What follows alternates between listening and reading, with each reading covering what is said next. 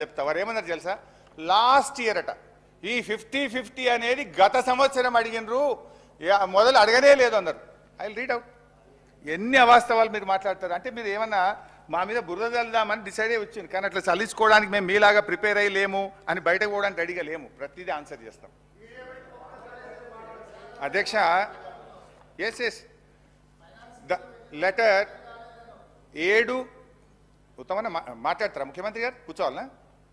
ఎందుకట్లా running comments? You are the chief minister, you are the leader of the house, why are you speaking like that? Harish Rao గారు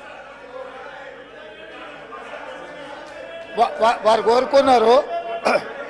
ముఖ్యమంత్రి గారు, గౌరవ ముఖ్యమంత్రి గారు. స్పీకర్ సార్, తెలంగాణ సమాజానికి నీళ్ళు అనేవి ప్రాణప్రదాయిని.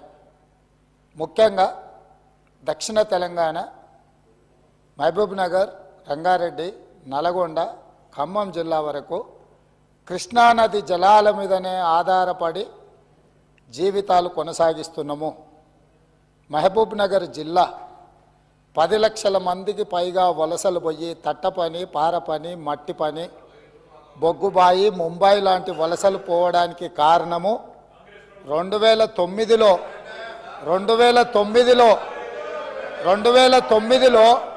ఒక వ్యక్తి కరీంనగర్ జిల్లా ప్రజలు తరుముతే అక్కడి నుంచి పారిపోయి పాలమూరు జిల్లాకు వలస వస్తే అయ్యో పాపం వలస వచ్చిండని చెప్పి ఆదరించి ఎంపీగా గెలిపిస్తే పోయి అదే పత్తాటు పోయిండు.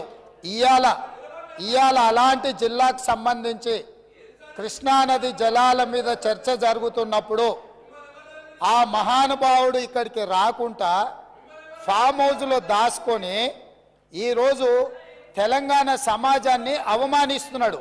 ఇంతకంటే కీలకమైన అంశం ఈ తెలంగాణ సమాజంలో ఏమైనా ఉందా అధ్యక్ష? మీరు చెప్పండి. మీరు కూడా వికారాబాద్ జిల్లా కరువు ప్రాంతం నుంచి వచ్చిండ్రు కదా.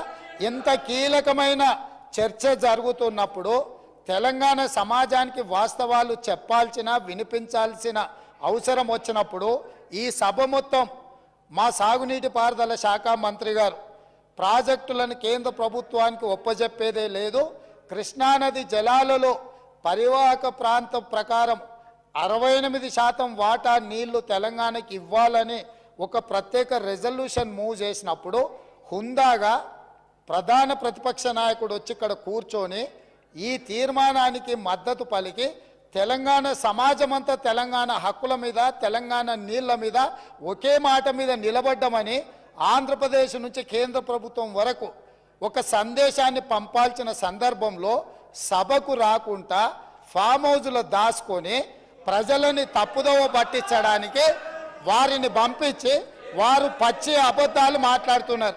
ఏది ఏమైనా మొన్న నేను చూసినప్పుడు ఆ కుర్చీ ఖాళీగా ఉండే ఈరోజు ఆ కుర్చీలో పెద్దలు పద్మరావు గారు కూర్చున్నారు. వారికి ఆ బాధ్యత ఇస్తానన్న వారన్నా నెరవేరుస్తారు.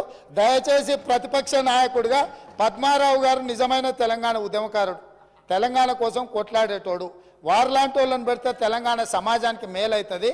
నేను ఒకటే చెప్పదలుచుకున్నా, ఈరోజు ఉత్తమ్ కుమార్ రెడ్డి గారు సభలో ప్రవేశపెట్టిన ఈ ప్రాజెక్టులను అప్పజెప్పేది లేదు అనేది మొదటి అంశము. పరివాహక ప్రాంతం ప్రకారం 68% నీళ్లు అంటే 551 టీఎంసీల నీళ్లు తెలంగాణకు రావాలి అని వారు తీర్మానం ప్రవేశపెట్టినరు. దానికి అనుకూలమా వ్యతిరేకమా మొదట ఆ విషయంలో స్పష్టత ఇచ్చిన తర్వాత మిగతా ఏ విషయాలైనా మాట్లాడమనుండ్రి.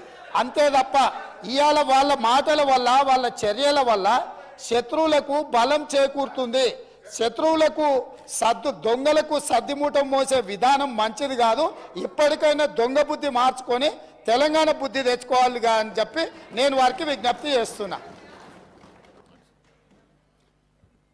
స్పీకర్ సార్, ఇప్పుడు రేవంత్ రెడ్డి గారు కూడా తెలంగాణ ఉద్యమం గురించో తెలంగాణ గురించి మాట్లాడితే దయ్యాలు వేదాలు వెళ్ళించినట్టు ఉంటుంది.